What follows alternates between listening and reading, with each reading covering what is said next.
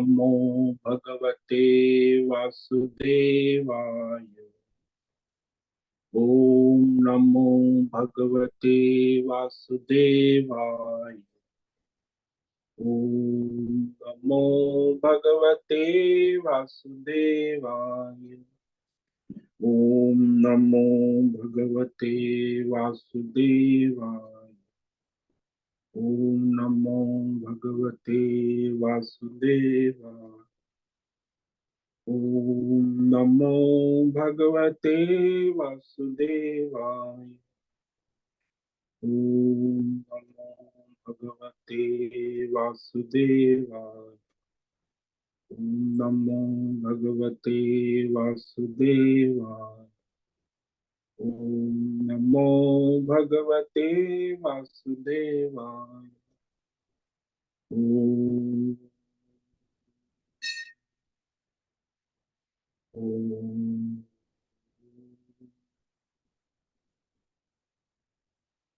ओम।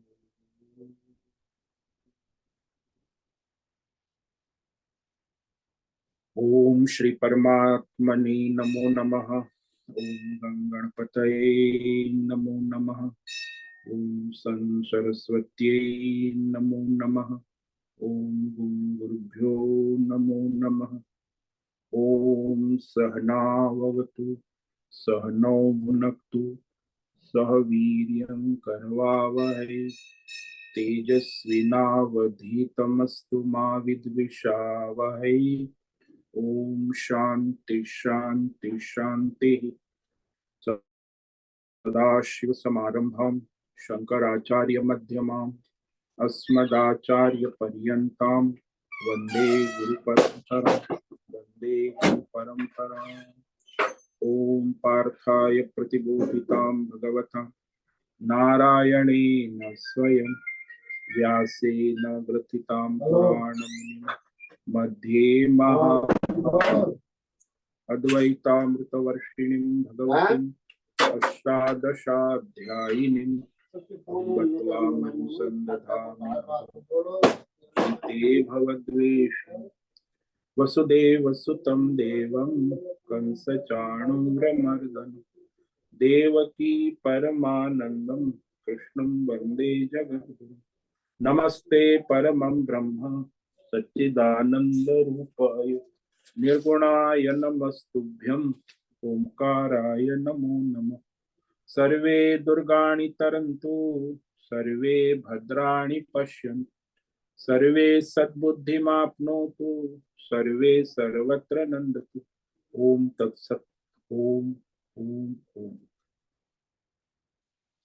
आप सभी online network पर उपस्थित भगवत गीता श्रवण साधकों को आज प्रातः का अभिवादन अभिनंदन अभिवंदन। हरि ओम हरि ओम हरि ओम।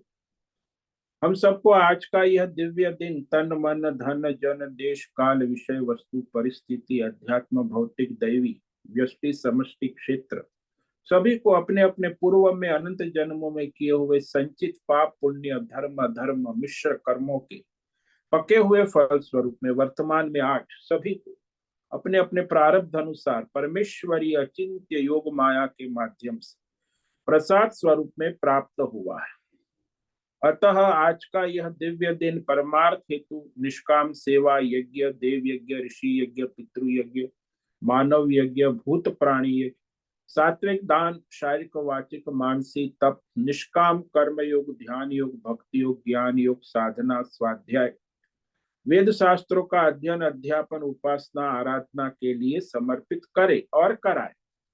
अत्यंत दुर्लभ मनुष्य जीवन को परमार्थ हेतु सार्थक करे और कराए। आज विक्रम संवत 2081 और कार्तिक मास शुक्ल पक्ष की तृतीया तिथि है 12:34 तक। उसके बाद चतुर्थी लगती है। आज है मूल नक्षत्र रात्रि 2:15 तक। उसके बाद पूर्व आषाढ़ नक्षत्र लग जाए। आज है गुरुवार और यहाँ ऋषिकेश में शीत ऋतु प्रारंभ हो चुकी है। रात्रि का न्यूनतम तापमान 10 डिग्री और दिन का अधिकतम तापमान 27 डिग्री रहा। वायु की गति 5-10 किलोमीटर प्रति घंटा चल रही। ईस्वी सन 2023 16 नवंबर 2023 सुबह के 7 बजने वाले। कलयुग का प्रथम चरण 5248वां वर्ष 7वां वयोसत मनवंतर श्वेत वराह कल्प ब्रह्मा जी का 26वां दिन और 51वां वर्ष चल रहा है। तो ऐसे अनंत कोटि ब्रह्मांडीय परमेश्वरी अचिंत्य योग माया में हमारा यह एक ब्रह्मांड, इस ब्रह्मांड में ये पृथ्वी लोक में समुद्र के ऊपर जम्बू द्वीप में विश्व का एकमात्र वैदिक राष्ट्र भारत में उत्तर हिमालय प्रांत में उत्तराखंड राज्य में टिहरी जिले हिमालयन शिवालिक पर्वतमाला के अंतर्गत मणिकुट पर्वत के ऊपर नीलकंठ महादेव के सामने ऋषिकेश नगरी में मुनि की रेती प्रांत में शीशम जाड़ी में अवधूत बाड़ा आश्रम के सी ब्लॉक के पहले माले से 5 नंबर कमरे से गंगा किनारे से हम स्वामी उत्तमानंद सरस्वती भगवत गीता के आचार्य शिष्य स्वामी चिन्मयानंद सरस्वती महाराज चिन्मय मिशन कैवलनाथ द्वैत वेद व्यास भगवत पाद शंकराचार्य की श्रृंगेरी संन्यास परंपरा से शिक्षित दीक्षित सनातन वैदिक भारतीय हिंदू धर्म अनुसार संपूर्ण भगवत गीता ज्ञान यज्ञ ऑनलाइन चैतन्यमय जीवंत लाइव प्रसारण के अंतर्गत व्याख्यान माला अध्याय 3 कर्म योग के श्लोक नंबर 5 और 6 पर व्याख्यान करेंगे। संस्कृत एवं हिंदी में दिव्य पवित्र सरल व्यवहारिक सटीक पूर्ण वर्ण अक्षर पद वाक्य पंक्ति श्लोक अध्यायों की संगति संधि अन्वय शब्दार्थ वाक्यार्थ भावार्थ रहस्यार्थ के यथार्थ तात्पर्य सहित वैदिक शास्त्र वेदव्यास साहित्य शंकर भाष्य एवं परंपरागत सन्यासी आचार्यों की टीका टिप्पणी सहित आज का यह भगवद गीता व्याख्यान करेंगे। कृपया आप सभी श्रद्धा भक्ति ध्यान से परिपूर्ण होकर के यह दिव्य भगवद गीता ज्ञान यज्ञ श्रवण साधना करे, कुछ ग्रहण करे, कुछ धारण करे, कुछ अपने जीवन में चरितार्थ करे, उसमें निरंतरता लाए, अपनी अपनी आध्यात्मिक भौतिक दैवी अशांति द्वंद्व मोह विक्षेपों से रहित होकर के अशास्त्रीय भ्रम भ्रांतियों से रहित होकर के शरीर इंद्रिय प्राण मन वचन कर्म से एक रूप एकाग्र होकर के शुद्ध सात्विक सूक्ष्म वेद शास्त्र आचार्य परंपरा अनुसार भगवत विवेक बुद्धि करे, पुनः पुनः इस व्याख्यान का श्रवण करे, मनन करे, चिंतन करे, चर्चा विचारणा करे, प्रचार प्रसार करे, लिंक भेजे, ग्रुप में शेयर, अपना और सबका परम कल्याण करे। ओम तत्सत। ओम ओम ओम। तो कल हमने श्रीमद् भगवद गीता अध्याय 3 कर्म योग के श्लोक नंबर 5 पर विचार किया था। इसमें भगवान कहते क्षण मात्र के लिए भी कर्मों का सर्वथा त्याग असंभव है, चाहे ज्ञानी हो चाहे अज्ञानी हो, चाहे देवता हो मनुष्य हो पशु हो प्राणी हो मूर्ख हो विद्वान हो, कोई भी हो, कर्म का त्याग नहीं हो सकता, सर्वथा त्याग असंभव। यही कह रहे भगवान, क्योंकि प्रकृति सबको कर्म कराती है। नहीं कश्चित् क्षणमपि जातु तिष्ठत्य कर्म कृत कार्यते यवश कर्म सर्व प्रकृति जय गुणै। चाहे कोई भी हो, ज्ञानी हो अज्ञानी हो, मनुष्य हो देवता हो पशु हो प्राणी हो जीव हो, कोई भी किसी भी काल में किसी भी देश में किसी भी अवस्था में क्षण मात्र भी बिना कर्म किए नहीं रहता। यानी जागृत अवस्था स्वप्न अवस्था में, हाँ सुषुप्ति में तो कोई कर्म सो गया है तो कुछ नहीं करता है, वो अलग चीज। और समाधि में भी, समाधि अवस्था में है तो भी वहां कोई कर्म नहीं करता। लेकिन जब वो जागृत और स्वप्न अवस्था में है तो क्षण मात्र भी बिना कर्म किए नहीं रहता। तो क्यों कर्म करता है? बोले क्योंकि सर्व प्राणी मात्र प्रकृति जय गुणई, प्रकृति के जो सत्व गुण रजोगुण तमोगुण, कहो माया कहो प्रकृति कहो ईश्वरीय शक्ति कहो, प्रारब्ध कहो, स्वभाव कहो, प्रकृति के जनित गुणों द्वारा, यानी सत्व गुण, रजोगुण, तमोगुण के द्वारा परवश हुआ कर्म करने के लिए बाध्य किया जाता है, यानी कर्म कराया जाता है। कार्यते, यंत्रवत, जैसे यंत्र कार्य करता है, कठपुतली कार्य कर, ऐसे यंत्रवत सभी प्राणी कर्म कराया जाता है। तो कोई भी जीव, चाहे ज्ञानी हो, अज्ञानी हो, देवता हो, दानव हो, असुर हो, धर्मात्मा हो, अधर्मी हो, पापी हो, पुण्यात्मा हो, कोई भी हो, पशु भी हो, एक क्षण भी बिना कुछ किए नहीं रहता। क्यों? क्योंकि प्रकृति से उत्पन्न तीन गुण के द्वारा परवश हुए सभी प्राणी, जिसके प्राण चल रहे, उसके द्वारा कर्म कराया जाता है। क्योंकि आप देखते हो संसार में प्रकृति जो बिना कुछ किए एक क्षण भी रुकती नहीं है, ठहरती नहीं। संसार में हम समझते हैं कि कई विषय स्थिर है, जैसे पहाड़ है, पर्वत है, पर्वत पहाड़ है, पत्थर है, उसमें भी सूक्ष्म अणु, परमाणु, घनाणु, ऋणाणु की गति विधि चलती रहती। पहाड़ भी गिरते हैं। तो प्रकृति में कहीं भी देखो, कोई चुपचाप शांति से नहीं बैठे, चाहे स्थूल रूप से या सूक्ष्म रूप से। प्रकृति में कर्म होते ही है, स्थूल या सूक्ष्म। प्रकृति का रूप ही ऐसा है, गतिशील है, त्रिगुणात्मक है। जब हम कहते हैं कि शरीर कुछ नहीं कर रहा है, तब भी शरीर के अंदर आप देखो प्राण चल रहे हैं, रक्त खून रहा है, किडनी, लीवर सब चल रहा है। हाँ, सुषुप्ति में भी आपके कर्म चल रहे, प्राण चल रहा है, रक्त उतार प्रश्न चल रहा है, हार्ट पंपिंग हो रहा है। पर आप सुषुप्ति में सो गए तो भी आपके भीतर कर्म चल रहा है। समाधि में भी वो बैठे लेकिन प्राण तो चल रहे हैं, भीतर प्रकृति, हृदय पंपिंग हो रहा है, रक्त परिभ्रमण भ्रमण हो रहा है। तो स्थूल सूक्ष्म शरीर में कुछ भी यही कहा नहीं जा, तो वो तो करता ही है।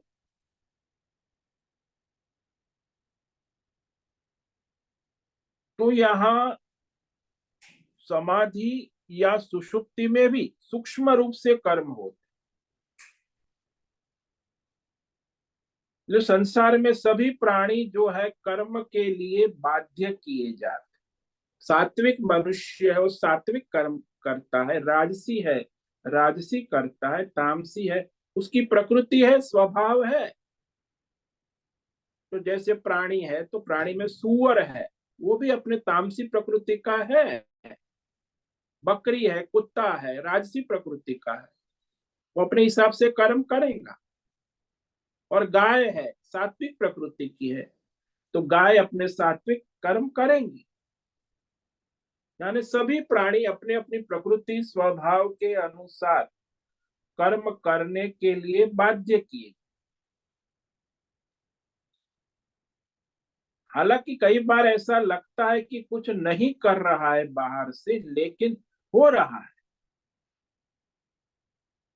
शरीर कुछ नहीं कर रहा है, वहां भी त्रिगुणात्मक सूक्ष्म क्रियाएं हो रही।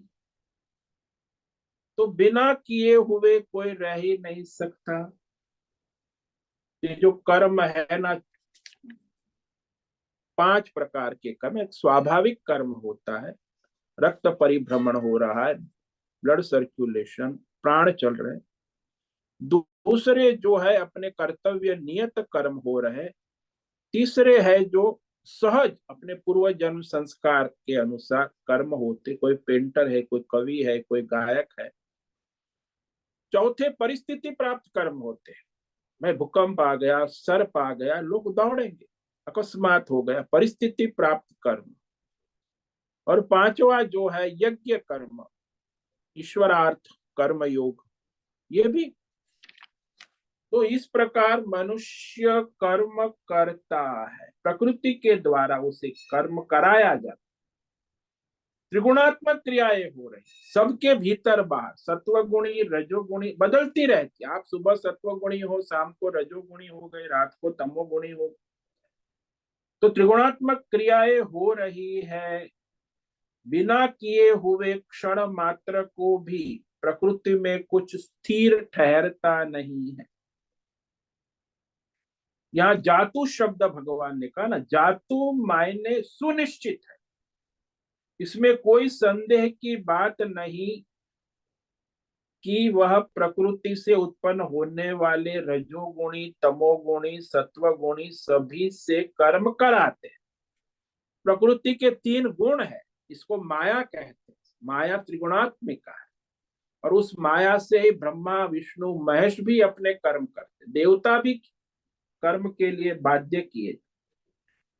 तो ये सत्व गुण रजोगुण तमोगुण प्रकृति माया से है, और वही सभी को अपनी प्रकृति के अनुसार कर्म कराते रहते हैं। तो किसी का भी स्वयं पर नियंत्रण नहीं रहता, क्योंकि 3 गुण हमारे वश में नहीं है, चाहे भीतर चाहे बाहर। तो हमने 3 गुण को दबा दिया, लेकिन वे हमारे वश में नहीं है। आपने दबा के रखा है रजोगुण को, तो वो जब मौका मिलेगा फिर स्प्रिंग की तरह उछलेगा। तमोगुण को दबा के रखा है तो फिर उठेगा। सत्व गुण को दबा तो वो भी उठेगा। मौका मिलने पर ये 3 गुण अपने प्रारब्ध के अनुसार प्रकृति के अनुसार आते जाते रहे। इसलिए भगवान ने यहाँ का सर्व, सर्व में सब आ गए, चाहे ज्ञानी हो अज्ञानी हो देवता हो कोई भी प्राणी हो, यहाँ तक कि ब्रह्मा विष्णु महेश हो, देवी देवता हो, पशु हो, या पत्थर पर्वत पहाड़ हो, स्थावर जंगम सब आ गए। सर्व का मतलब स्थावर जंगम, इस ब्रह्मांड में जो कुछ भी है सब प्रकृति के 3 गुणों के द्वारा, सात्विक राजसी तामसी 3 प्रकार के कर्म सबके पास कराए जाते हैं, जाते ही है। तो प्रकृति के अनुसार सभी अपने अपने कर्म करते। लेकिन इसके साथ जब हमारा असंग हो गए, संबंध नहीं है, तब हम कर्ता हो ही नहीं सकते।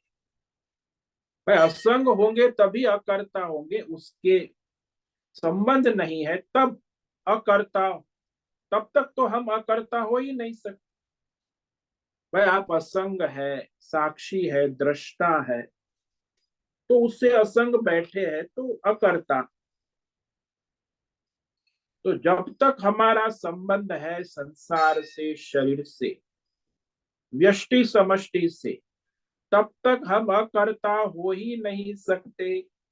क्योंकि हमारा स्थूल शरीर सूक्ष्म शरीर वो सत्व गुण रजोगुण तमोगुण त्रिगुणात्मक कर्म करेगा, और उसे हम रोक भी नहीं सकते। तो उसका अनुसंधान होगा और उसके द्वारा कर्म कराया जाए। तो यह भगवान ने कहा सर्व, सर्व का रहस्य ये है बहुत ही, यह जो स्थूल सूक्ष्म शरीर है वही अहंकार से प्रेरित होकर अपने कर्म करता है। अहंकार विमूढ़ात्मा करता हम इति मन, अहंकार से विमूढ़ होकर वो मानता है कि मैं करता हूं, लेकिन वास्तव में प्रकृति करती है, कराती है। लेकिन अज्ञानी जीव ऐसा मान बैठता है अज्ञान से कि मैं करता हूं। तो वास्तव में तो सारे प्राणी कर्म कराए जाते। हम सब के अंदर, सब में जो मनुष्य है तो सब में भेद है, कोई सात्विक है, कोई राजसी है, कोई तामसी है। स्थूल सूक्ष्म शरीर में भी तो सब में भिन्न भिन्न व्यवहार होते देखे जाते, लेकिन आत्मा में कोई भेद नहीं, क्योंकि आत्मा केवल एक है और संसार में सब विषय भेद वाला है, भिन्न भिन्न है। शरीर स्थूल सूक्ष्म, तो सर्व का प्रयोग भगवान ने ये किया कि भाई तुम अहंकार से जब तक प्रेरित होकर संसार में अज्ञान से मैं करता हूं मैं भोगता हूं, तो हमारा शरीर मन में यह अज्ञान है, तब तक प्रकृति के द्वारा मनुष्य को सात्विक राजसी तामसी कर्म कराए ही जाए।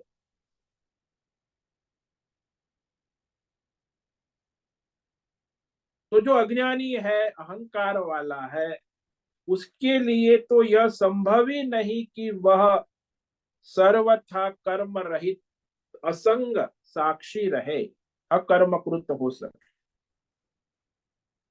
हाँ, वो आत्मज्ञानी है, वो जानता है कि ये सारी त्रिगुणात्मक प्रकृति की सब क्रिया हो रही है और मैं उससे असंग हूं, उसका साक्षी हूं। इस प्रकृति से मेरा कदापि संबंध नहीं है, यानी असंग साक्षी दृष्टा तो हो रहा है शरीर में, इंद्रिय में, प्राण में, सात्विक राजसी तामसी, भीतर बाहर। तो आत्मज्ञानी ये स्पष्ट जानता है और उसमें स्थित है कि सारी क्रियाएं जो है वो प्रकृति के द्वारा।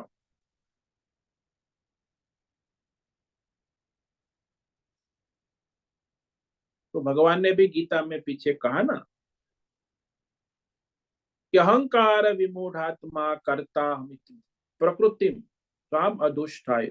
तो वह तत्ववित्त महाबाहो गुण कर्म, तो तत्ववित्त है, वो जानता है, इसलिए वो विचलित नहीं होता प्रकृति के भीतर बाहर के व्यवहारों से, इसीलिए वह भगवतमय रह सकता है। उसके अंदर कर्म दिख रहा है लेकिन है नहीं, क्योंकि वो अपने कर्मों का साक्षी है, दृष्टा है, असंग है। कर्म करना प्रारंभ तभी होता है जब पहले हम निर्णय कर, जैसे कोई मनुष्य है, वह निर्णय करता है कि मैं मनुष्य हूं, मैं ब्राह्मण हूं, क्षत्रिय हूं, स्त्री हूं, पुरुष हूं। तो भाई स्त्री धर्म, पुरुष धर्म, ब्राह्मण धर्म, क्षत्रिय वैश्य शूद्र समाज जाति के हो तो तुम्हें वर्ण के, आश्रम के, तो फिर कर्म आएंगे, इसके बिना कर्म शुरू नहीं होगा। पहले आप निर्णय करते हो कि मैं स्त्री हूं, पुरुष हूं, मनुष्य, तो मनुष्य के धर्म आएंगे, ब्राह्मण के, स्त्री के धर्म आए। लेकिन जब तक हमारी यह स्थिति जाति की, मनुष्य की निर्धारित न हो जाए, तब तक हमारा कर्म के द्वारा संभव नहीं। निर्णित होने के बाद ही कर्म होगा। तो दोनों का अलग फर्क है। अज्ञानी है, उसने निर्णय किया है कि मैं ब्राह्मण हूं, स्त्री हूं, पुरुष हूं, मनुष्य हूं, इसलिए उस अनुसार उसे कर्म बाध्य होते हैं। लेकिन आत्मज्ञानी जानता है कि मैं ये शरीर इंद्रिय प्राण ये तो प्रकृति का धर्म है, तो उसे असंग है, तो वह उससे बंधन में नहीं है। वो मैं नहीं हूं, ये शरीर मैं नहीं हूं, न मैं ब्राह्मण हूं, न मैं तो सच्चिदानंद आत्मा हूं। ऐसी उसकी निष्ठा है, आत्मज्ञानी आत्मा में निष्ठ है, क्योंकि जानता है कि ये सारा मैं कभी हो ही नहीं सकता। इसीलिए उसे कोई कर्म का प्रयोजन ही नहीं रहता। तो उसके द्वारा जो कर्म होते वो आभास मात्र, तो कोई प्रयोजन ही नहीं कर्म का उत्पन्न होने का। यदि मनुष्य ब्राह्मण है, क्षत्रिय है, किसी का पुत्र है, ब्राह्मण का पुत्र है, तो फिर उसे निर्णय होगा कि अरे तुम अपने माता पिता की सेवा करो, वेद शास्त्र का अध्ययन करो, संध्या पूजा करो, ये सब उसको आएगा कर, कि पिता ब्राह्मण है।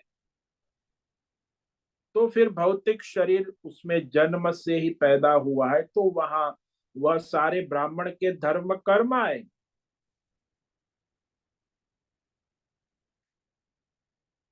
तो वहां मनुष्य यदि सोचता है कि मैं राष्ट्र सेवा करूं, मैं भारतीय नागरिक, तो देश सेवा के बारे में समझता है, तो भारत में पैदा हो, तो इसके लिए भारतीयता उसे भारत की सेवा के लिए प्रेरित कर, समष्टि कर्म।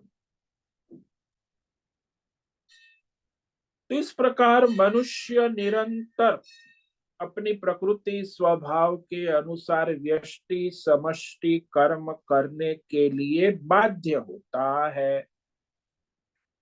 वह इसमें जो मुख्य ये है कि व्यष्टि समष्टि का निर्णय करने के लिए पहले उसे अहंकार होना, अज्ञान होना जरूरी है। स्थूल सूक्ष्म शरीर के द्वारा कर्म करेगा, लेकिन उसके पीछे अहंकार है, अज्ञान है।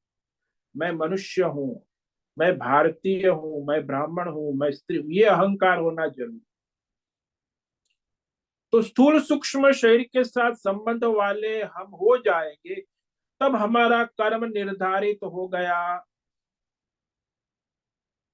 क्योंकि आत्मज्ञानी तो ये पता है कि ये सब मेरे नहीं है, प्रकृति के, मेरा इसके साथ कोई संबंध नहीं है, मैं इससे असंग हूं, साक्षी आत्मा रूप से स्थित हूं। इसीलिए आत्मज्ञानी के अंदर कर्म कभी उपपन्न नहीं हो सकते। वो कर्म की कोई प्रयोजन है तो कर्म करता है प्रारब्ध के अनुसार, वो भी आभास मात्र। उसमें ये नहीं कि मैं ये कर्म कर रहा, अहंकार अहंकर्ता इति विमूढ़ आत्मा, जो अज्ञानी है वो अहंकार से करता। तो भगवान भी पहले अध्याय में, दूसरे अध्याय में कहा है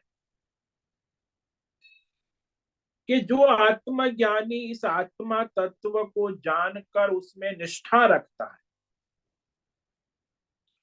वह आत्मज्ञानी जीते जी ही जन्म रहित मरण रहित हो गया है। तो किसको मारे, किसके द्वारा मारा जाए, वो दूसरे अध्याय में भगवान ने कहा कि आत्मज्ञानी के लिए मारना या मरना दोनों संभव नहीं।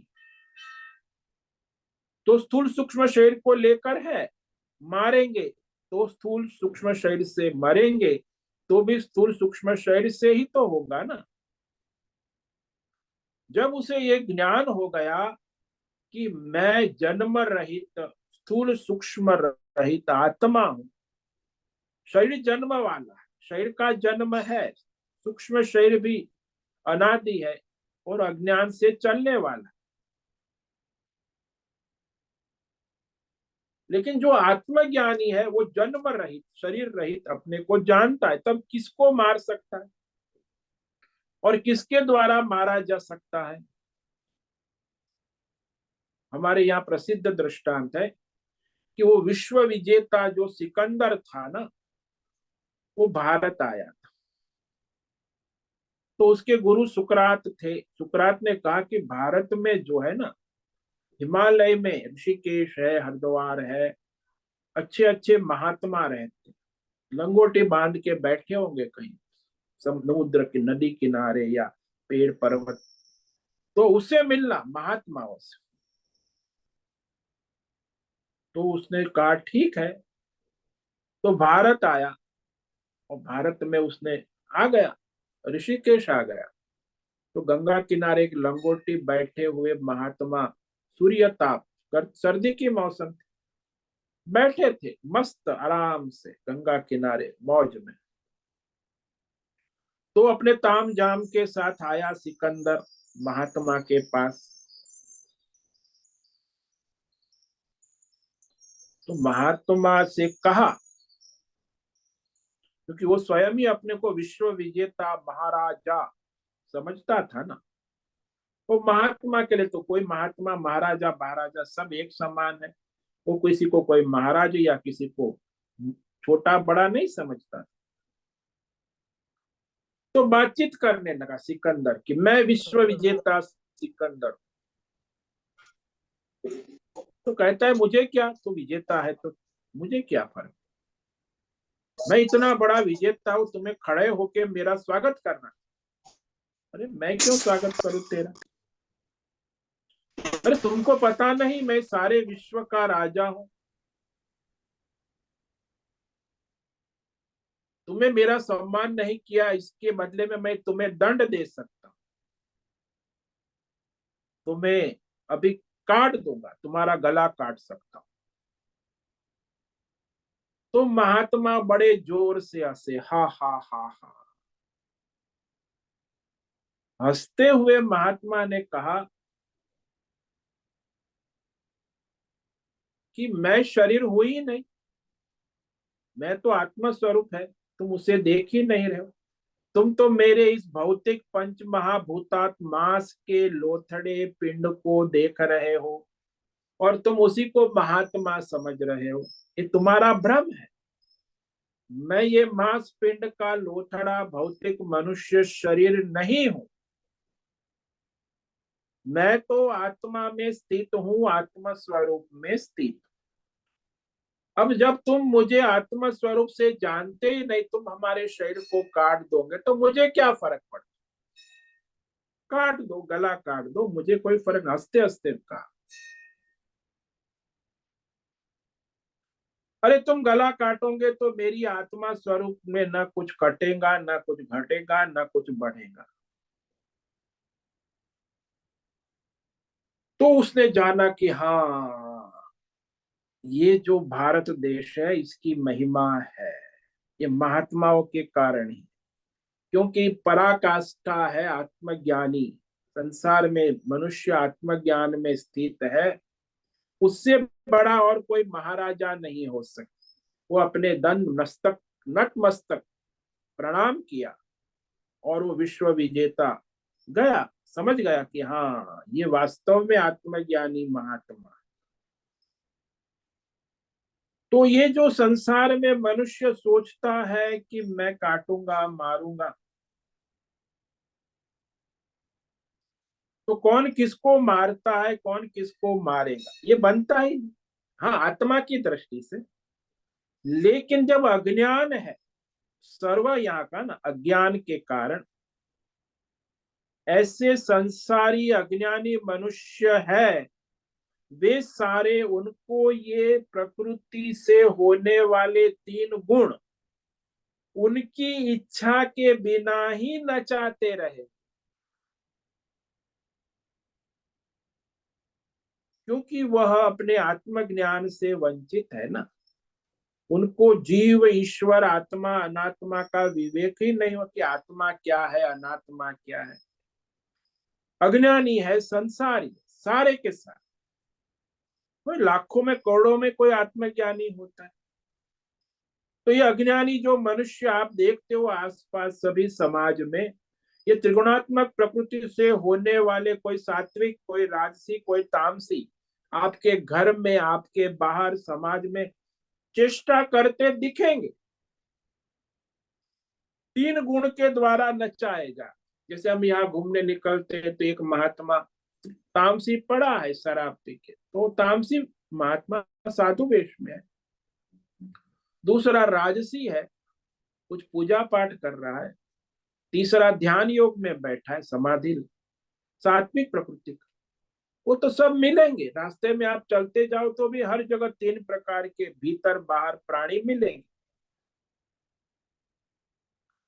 तो ये प्रकृति अपने भीतर बाहर सभी जीवात्माओं को उनकी इच्छा के बिना ही नचाते रहेंगी।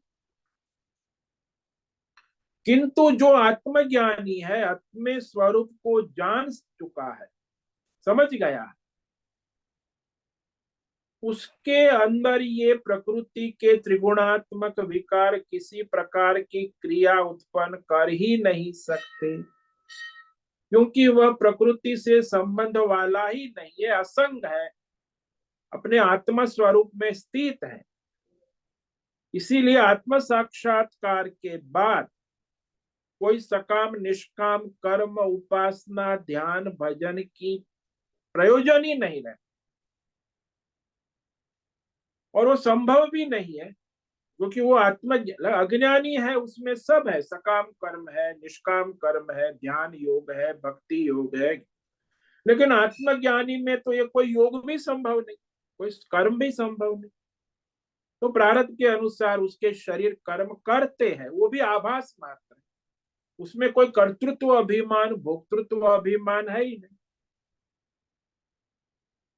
इसलिए आत्मज्ञानी में कर्म नहीं संभव। लेकिन जो अज्ञानी है, जानते हुए स्वधर्म कर्म छोड़ नहीं सकता, अरे वो कुछ नहीं कर रहा है, मैं भी कुछ नहीं करूंगा, ऐसे आत्मज्ञानी की कंपटीशन अज्ञानी नहीं कर सकता। तो शास्त्र ने जो अज्ञानी मनुष्य है, संसारी है, साधक है, साधु है, तो साधक को अपने स्वधर्म कर्म छोड़ने की मनाही की है शास्त्र, के अपने सकम कर्म करे, चाहे सकाम हो या निष्काम हो, कर्म करने के लिए कहा है शास्त्रों में, वेदों में। किसे? जो अज्ञानी है, जो आत्मज्ञानी नहीं है। तो भगवान अर्जुन को समझाते हैं कि अज्ञानी का स्वधर्म कर्तव्य त्याग स्वयं अपने साथ धोखाधड़ी है। सबसे बड़ी धोखा, स्वयं अपने को ही धोखा, बड़ा धोखा है। कई लोग अपना स्वधर्म कर्तव्य का त्याग करके भजन साधना में लग जाते हैं, वो अज्ञानी है। अरे भाई, सुबह आपको घर के काम है, पूजा पाठ है, तो आपके नित्य कर्म छोड़कर आप ज्ञान की बातें करने लगते हैं, तो वो आपके लिए हानिकारक हो सकता है। तो अपने स्वधर्म नित्य कर्म नैमित्तिक कर्म कर्तव्य कर्म का त्याग, ये अपने को धोखा देना है। इसलिए आगे के श्लोक में भगवान कहते हैं कि कोई भी अज्ञानी यदि अपने स्वधर्म कर्तव्य कर्म का त्याग करके भगवान भजन में लगता है, तो उसे परम सिद्धि कभी प्राप्त नहीं हो सकती। तो ये आगे के श्लोक में कह रहे हैं कि जो मनुष्य कर्तव्य स्वधर्म न कर, प्रारब्ध अनुसार उसके जो कर्तव्य, और फिर विषय भोग का मन से चिंतन करता है, तो उसे मिथ्याचार कहते हैं। आगे के श्लोक, ये बहुत ही साधकों के लिए महत्व का श्लोक है। श्लोक नंबर 6, कर्मेन्द्रियाणि संयम्य यास्ते मनसा स्मरन् इंद्रियार्थान विमूढ़ात्मा मिथ्याचार स उच्यते। जो अज्ञानी है, विमूढ़ आत्मा कहा, यानी ज्ञान रहित, और वह अपनी इंद्रिय कर्मेंद्रियाणी का, कर्मेंद्रियाणी यानी सभी, ज्ञानेन्द्रिय कर्मेंद्रिय मन बहुवचन है, कर्मेंद्रियाणी, हठ पूर्वक ऊपर से रोक लेता है। संयम्य मनसा इंद्रियार्थान स्मरणार्थ, और मन से इंद्रियों के विषयों का भोग रूप चिंतन करता रहता है, मन वचन कर्म से।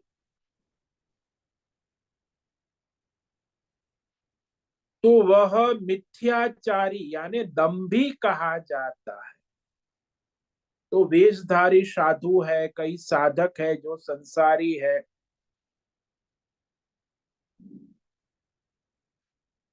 तो मिथ्याचार। अब यहाँ संसार में देखते हैं कि जिसे हम दंभी कहते, हिपोक्रेट कहते हैं, अविवेकी कहते, ढोंगी कहते, कि वह उसके प्रारब्ध अनुसार उसका स्वधर्म कर्तव्य कर्म न कर कर, एक तो विषय भोग का चिंतन करता है और दूसरा अपने स्वधर्म कर्तव्य छोड़कर योग ध्यान योग भक्ति योग ज्ञान योग साधना करने लगता, वो भी दंभी हो जाता। तो दोनों ओर से कहा कि वह अविवेकी है, मूर्ख है, ढोंगी है। जो साधक भी बहुत सारे दंभी ढोंगी साधु भी यहाँ हमारे ऋषिकेश में हरिद्वार में चले जाए, ज्यादातर 80% ढोंगी बाबा ही घूमते रहते, दंभी ढोंगी पाखंडी। कि वास्तव में उसने साधुता है ही नहीं, बाहर से साधु का वेश धारण किया है, तो साधु वेश में वो साधुता का दिखावा करते। जैसे कोई गरीब आदमी है, बेचारा गरीब है, दिहाड़ी करता है और वो ठाठ माठ करके दिखाता है कि गाड़ी, महंगी घड़ी, महंगे कपड़े, तो लोन कर्जा ले, तो ढोंग है, पाखंड है गरीब, सब जानते हैं कि ये तो गरीब है, मोटर कार गाड़ी कहां से ले आया, ये ठाठ बाट। तो गरीब इंसान जब ठाठ माठ दिखाता है तो ढोंगी दम्भी पाखंडी लगता है। ऐसे ही जो मनुष्य संसारी है, स्वधर्म कर्तव्य कर्म नहीं करता है, लेकिन मन से तो विषयों का चिंतन करता है ना, तो ऊपर से तो उसने इंद्रियों को रोक लिया। जैसे संसार में हम देखते हैं ना, मनुष्य बड़ा संयमी लगता है, एटिकेट जिसको अंग्रेजी में कहते हैं। एक तो मनुष्य संयम करता है समाज में लोक लाज से, कि लोक मर्यादा में रहना है तो विषय चिंतन भोग करता है, लेकिन लोक लाज से संयम में रहता। कभी मनुष्य को अपने शारीरिक बीमारी हो गई, गड़बड़ हो गई, या कोई रिश्ते में परेशानी हो गई, तो भी संयम से रहता। कभी कोई विवेक विचार आ गया, सत्संग सुन लिया, तो थोड़ी देर के लिए संयमी हो जाता, सत्संग सुन लिया, विचार करने लगा। फिर मनुष्य जो है रोगी है, तो भी संयमी हो जाता है, लेकिन वो मन में सोचता, जब डायबिटीज है, डॉक्टर ने कहा बहुत हाई लेवल है, आपको मीठा खाना ही नहीं, फिर भी उसका मन करता है, चिंतन करता है, लेकिन खा नहीं सकता, तो रोगी है। फिर कई लोग कानून के भय से, जैसे रास्ते में पुलिस खड़ा है, तो संयम करते हैं ऊपर से कि दंड होगा, चालान हो जाएगा, तो कायदे कानून के भय से भी कई लोग संयम करते हैं। ये सब खाली दंभ है, दिखावा है, ढोंग है, वास्तव में अंदर से कोई संयम नाम की चीज है? मन बुद्धि से कोई निश्चय संयम का है ही नहीं। बुद्धि का निश्चय होना चाहिए कि मुझे संयम नियम से रहना है। तो इस प्रकार गरीबी से भी मनुष्य संयम करता है, करे मैं गरीबी में, अब मेरे पास आएगा तो मैं भी बड़ी होटल में जाऊंगा, खाऊं पीऊंगा, मौज करूंगा, मॉल में जाऊंगा, तो मन से चिंतन कर। तो गरीबी में भी वो चिंतन करता है, और जेल में पड़ा है तो जेल में भी वो सारे सारे जो जेल के अंदर बंद है, तो वो सारे सोचते हैं कि जेल से छूटूंगा तो मैं ये करूंगा, वो करूंगा, ऐसा। हालांकि वहां जेल में तो कुछ बंधन है। तो इस प्रकार जो संसार में संयम किया जाता है, इसे मिथ्याचार कहा है, दंभ कहा है। तो वो दंभ ऐसा है कि जैसे वो बगला है, यहाँ मैं देखता हूँ हमारे अभी बगले आ गए, बड़े विदेशी प्राणी पक्षी भी बहुत आ गए, तो हम यहाँ किनारे बैठते तो बगुला एक पैर से खड़ा रहता है, लगता है कि बड़ा ध्यान योग में स्थित है, ध्यान साधना में, एक पैर से स्थिर, जरा भी 1 मिनट, 2 मिनट, 10 मिनट, 15 मिनट तक खड़ा रहता है, और जो ही उसके पैर के पास मछली आती है तुरंत चोंच मारकर मछली पकड़ लेता है, निगल जाता है। अब हमें लगता है कि ये बड़ा योगी है, लेकिन है तो भोगी। वहां कोई ध्यान भजन करने थोड़ी बैठा है गंगा किनारे, वो तो मछली पकड़ने बैठा है। तो ऐसे ही संसार में, जिसे हम बगला भगत भी कहते हैं ना, मिथ्याचारी का एक शब्द है बगला भगत, साधक जो बगला भगत है, साधना में मिथ्याचार, दंभ।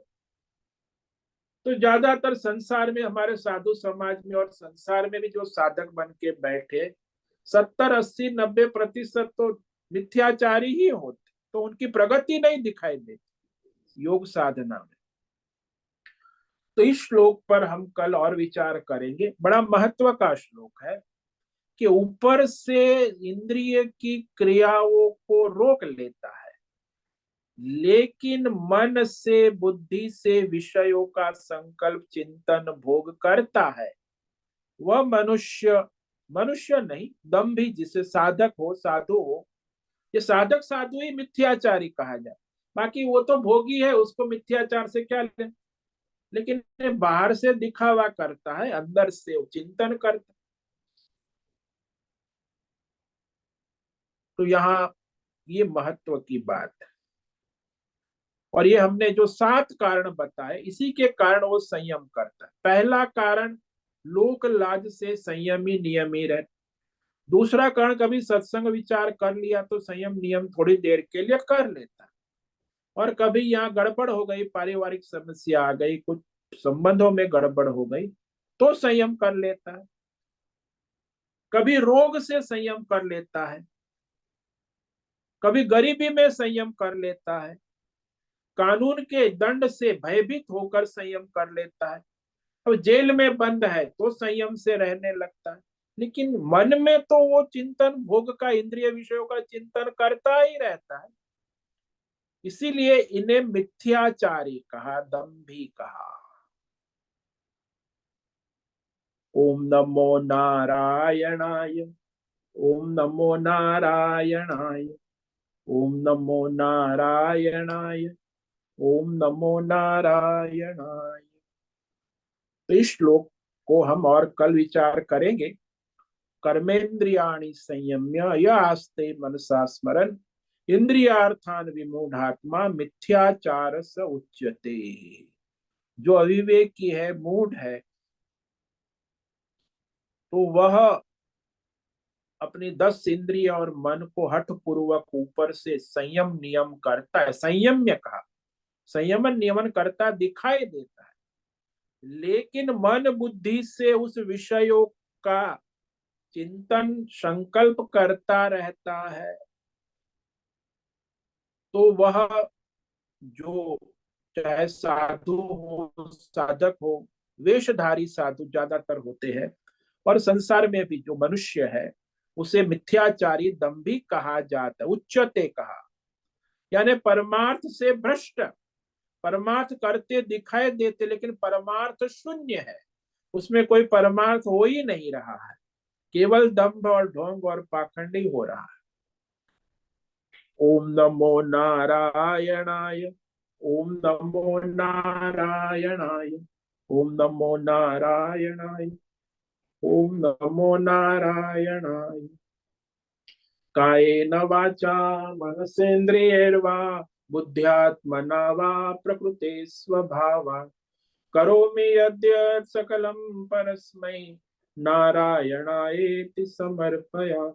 ओम सर्वे भवन्तु सुखिनः, सर्वे सन्तु निरामयाः, सर्वे भद्राणि पश्यन्तु, मा कश्चित् दुःखमाप्नुयात्। अस्तु मा सद्गमय, तमसो मा ज्योतिर्गमय, मृत्योर्मा मृतंगमय। ओम पूर्णमद पूर्णमिदं पूर्णात् पूर्णमुदच्यते, पूर्णस्य पूर्णमादाय पूर्णमेवावशिष्यते। ओम शांति शांति शांति। शंकरं शंकराचार्यं केशवं बादरायणं सूत्र भाष्य कृतौ वंदे भगवन्तौ पुनः पुनः ईश्वरो गुरुरात्मेति मूर्ति भेद विभागे व्योमवद् व्याप्त देहाय दक्षिणामूर्तये नमो। ओम गंग गुरुभ्यो नमो नमः। ओम तत्सत् ब्रह्मार्पणमस्तु। ओम ओम ओम।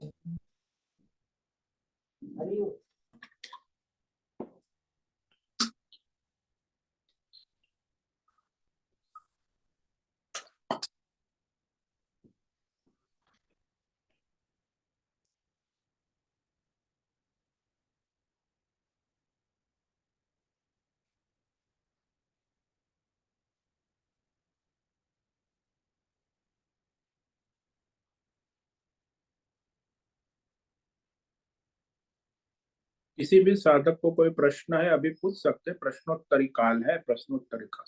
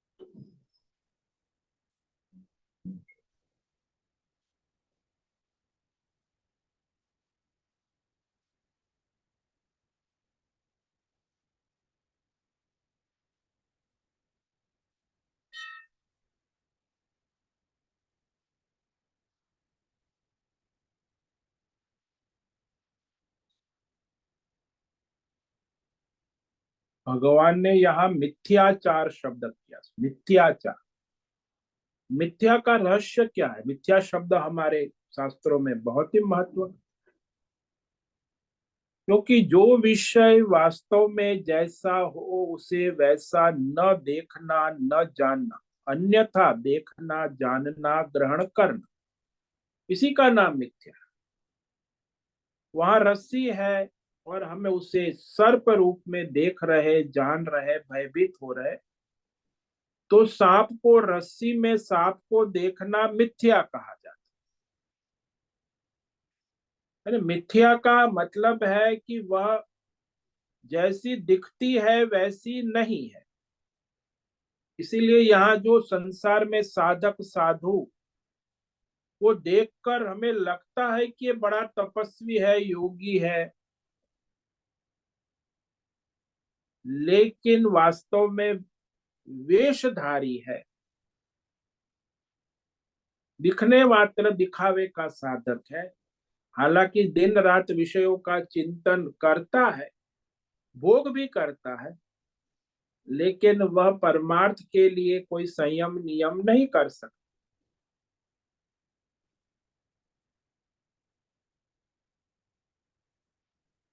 तो संसार में देखा गया है कि जो मिथ्याचार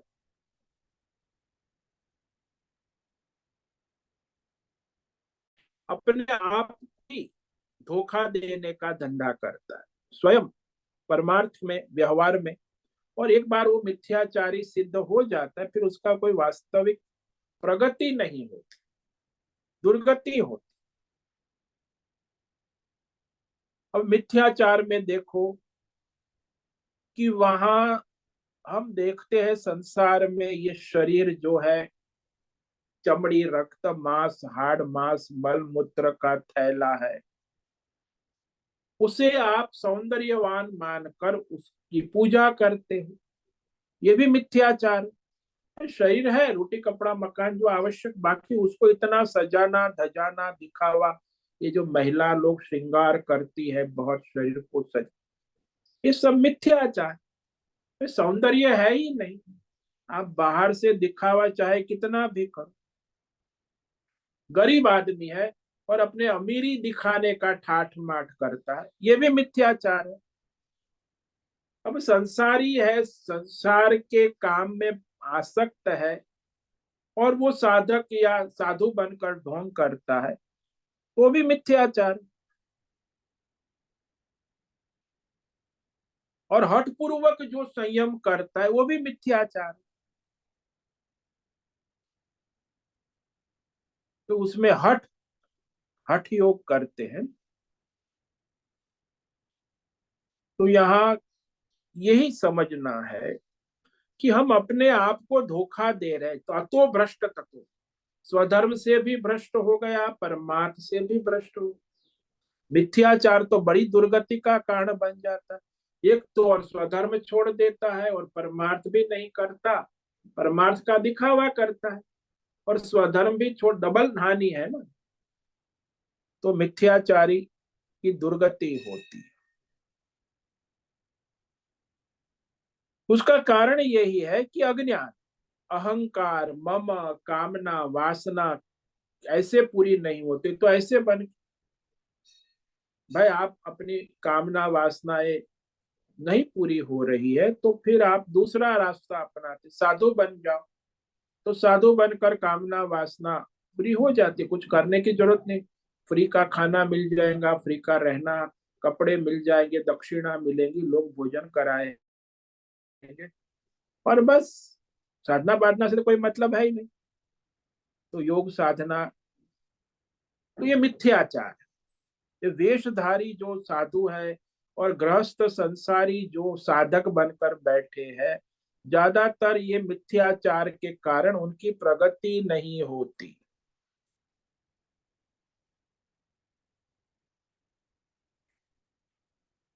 तो इस पर हम कल विचार और करेंगे।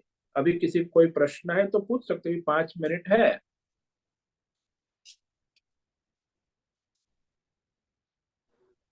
ओम नमो नारायण स्वामी। हाँ उषा। स्वामी जी, ये सब जो मिथ्याचार और ये सब प्रकृति के वश में आकर ही हो रहा है ना, मतलब अज्ञान जो भी है।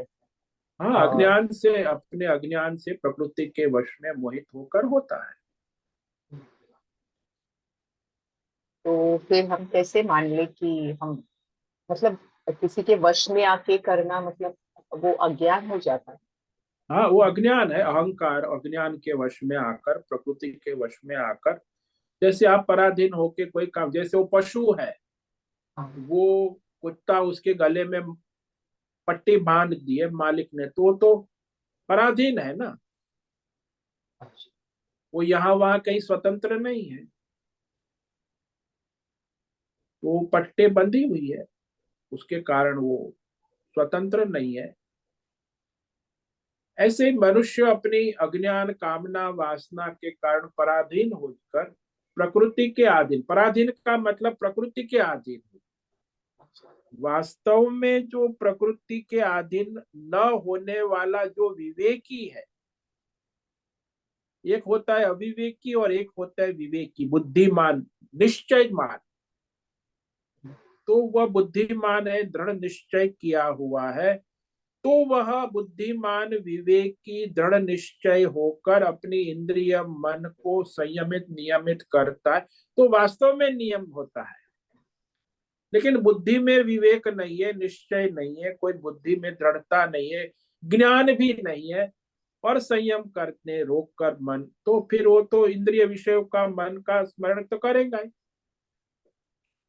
इसलिए यहाँ विवेक, बुद्धि और ज्ञान से जो नियम संयमन करता है वो, अब वो विवेकी नहीं है, बुद्धि में कोई धर्म अधर्म का, संयम नियम का, शास्त्र का, तो अज्ञानी है ना, अविवेकी है, जिसको अविवेकी कहा।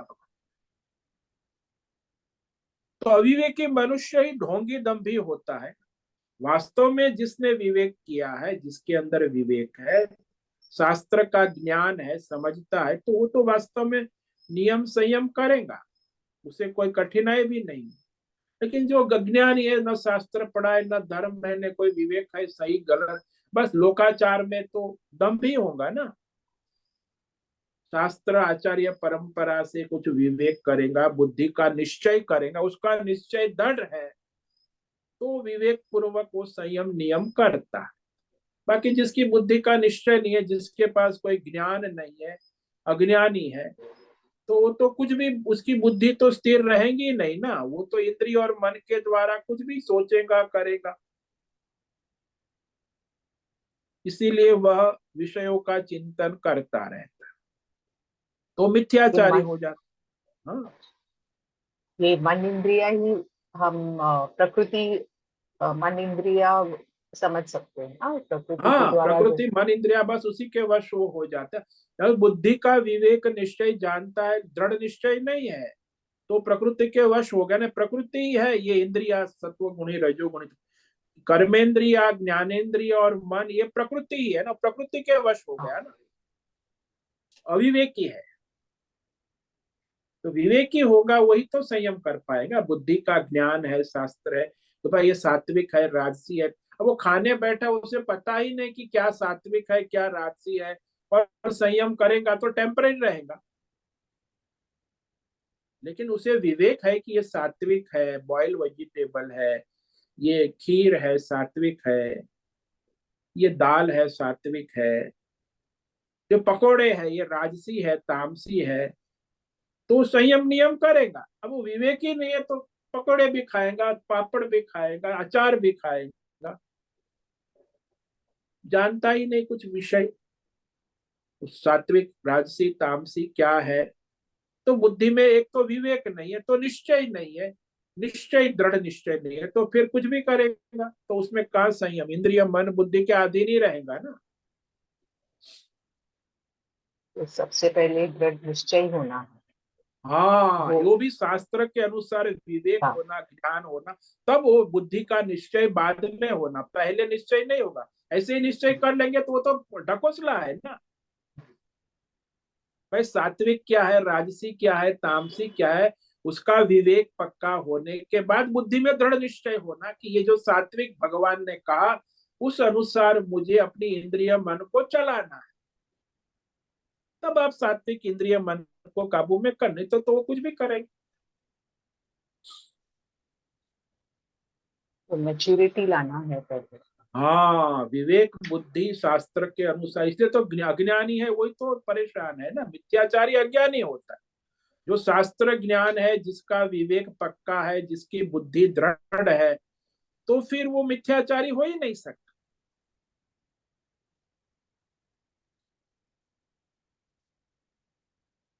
ये मैच्योरिटी को परिपक्व कहा है।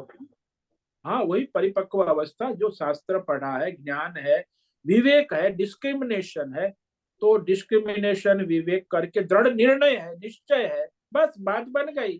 फिर इंद्रिय मन कहीं खींच के नहीं ले जा सकते।